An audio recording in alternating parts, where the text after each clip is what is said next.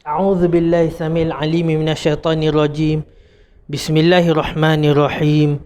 Assalamualaikum warahmatullahi wabarakatuh.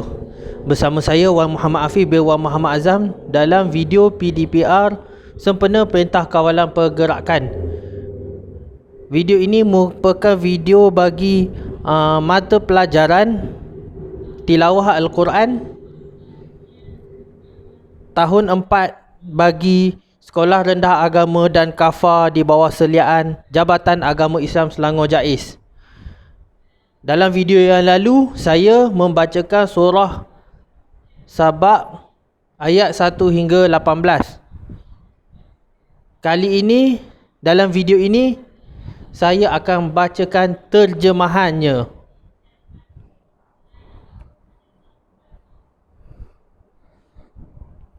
Bismillahirrahmanirrahim. Dengan nama Allah yang Maha Pemurah lagi Maha Penyayang. Ayat pertama. Segala puji bagi Allah yang memiliki apa yang ada di langit dan apa yang ada di bumi, dan segala puji di akhirat bagi Allah, dan Dialah yang Maha Bijaksana lagi Maha Teliti. Ayat kedua, Dia mengetahui apa yang masuk ke dalam bumi, apa yang keluar darinya, apa yang turun dari langit dan apa yang naik kepadanya. Dan Dialah yang Maha Penyayang lagi Maha Pengampun. Dan ayat ketiga, dan orang kafir berkata, hari kiamat itu tidak akan datang kepada kami. Katakanlah, yakni wahai Muhammad, pasti datang. Demi Tuhanku yang mengetahui yang ghaib, kiamat itu pasti akan datang kepadamu. Tidak ada yang tersembunyi baginya sekalipun seberat zarah, baik yang di langit maupun yang di bumi, yang lebih kecil daripada itu atau yang lebih besar. Semuanya tertulis di dalam kitab yang jelas, yakni Lauh Mahfuz.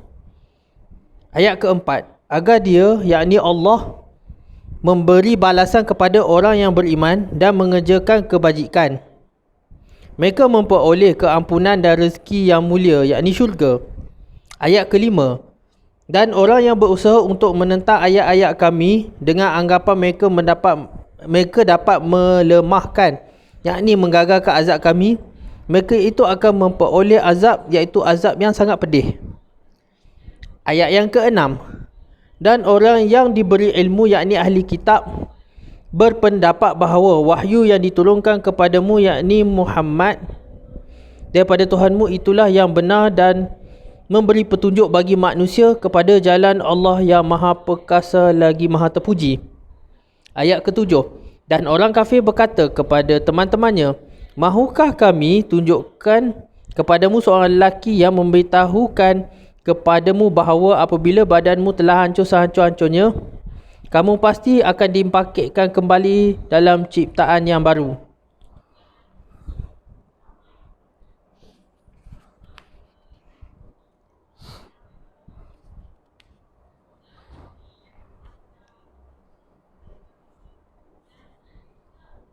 Ayat ke-8. Apakah dia berdusta terhadap Allah atau sakit gila? Tidak. Tetapi orang yang tidak beriman kepada akhirat itu berada dalam siksaan dan kesesatan yang jauh.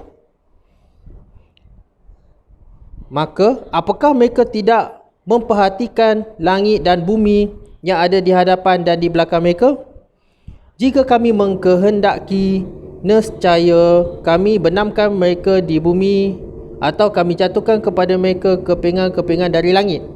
Sesungguhnya pada yang demikian itu benar-benar terdapat tanda kekuasaan Allah bagi setiap hamba yang kembali kepadanya.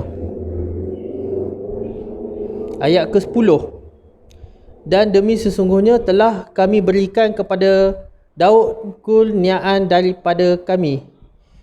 Kami berfirman, wahai gunung ganang dan burung-burung, bertasbihlah berulang-ulang bersama Daud. Dan kami telah melunakkan besi untuknya. Ayat ke-11, iaitu buatlah baju besi yang besar-besar dan ukurlah anyamannya. Dan kerjakanlah kebajikan. Sesungguhnya aku melihat apa yang kamu kerjakan. Ayat ke-12. Dan kami tundukkan angin bagi Sulaiman yang perjalanannya pada waktu pagi sama dengan perjalanan sebulan dan perjalanannya pada waktu petang sama dengan perjalanan sebulan pula. Dan kami alihkan cairan tembaga baginya. Dan sebahagian daripada jin ada yang bekerja di hadapannya di bawah kekuasaannya dengan izin Tuhannya. Dan sesiapa yang menyimpang di antara mereka akan perintah kami rasakan kepadanya azab neraka yang apinya menyala-nyala. 13. Mereka, yakni para jin itu bekerja untuk Sulaiman sesuai dengan apa yang dikehendakinya. Di antaranya membuat gedung-gedung yang tinggi, patung-patung, piring-piring yang besarnya seperti kolam dan periuk-periuk yang tetap berada di atas tungku. Bekerjalah wahai keluarga Daud untuk bersyukur kepada Allah, dan sedikit sekali daripada hamba-hambaku yang bersyukur. Yang ke-14.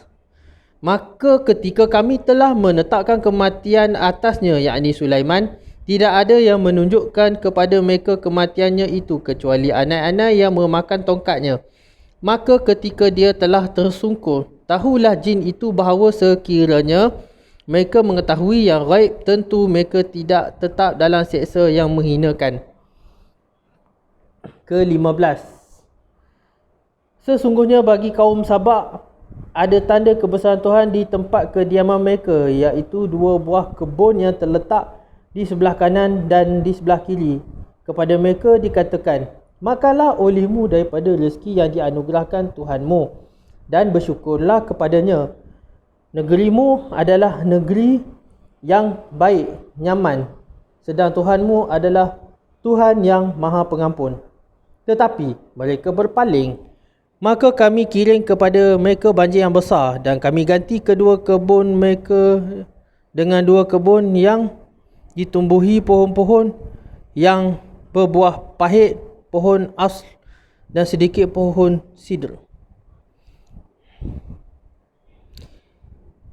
Demikianlah kami memberi balasan kepada mereka kerana kekafiran mereka, dan mereka tidak menjatuhkan azab yang demikian itu melainkan hanya kepada orang yang sangat kafir. Dan kami jadikan antara mereka penduduk Sabak dan negeri-negeri yang kami berkati Syam, beberapa negeri yang berdekatan, dan kami tetapkan antara negeri-negeri itu jarak perjalanannya. Berjalanlah kamu di negeri-negeri itu pada malam dan siang hari dengan aman. Sedikit penerangan tentang pohon asl. Pohon asl ialah sejenis pohon cemara, dan pohon sidr adalah sejenis pohon bidara.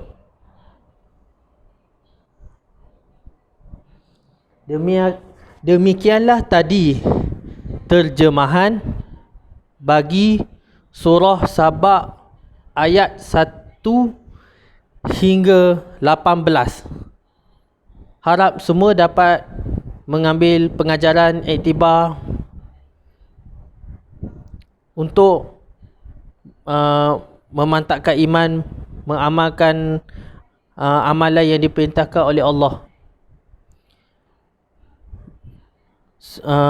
Semoga kita dapat bertemu dalam video yang akan datang untuk siri pengajian ini. Sekian, wabillahi wa taufiq wa hidayah. Wassalamualaikum warahmatullahi wabarakatuh.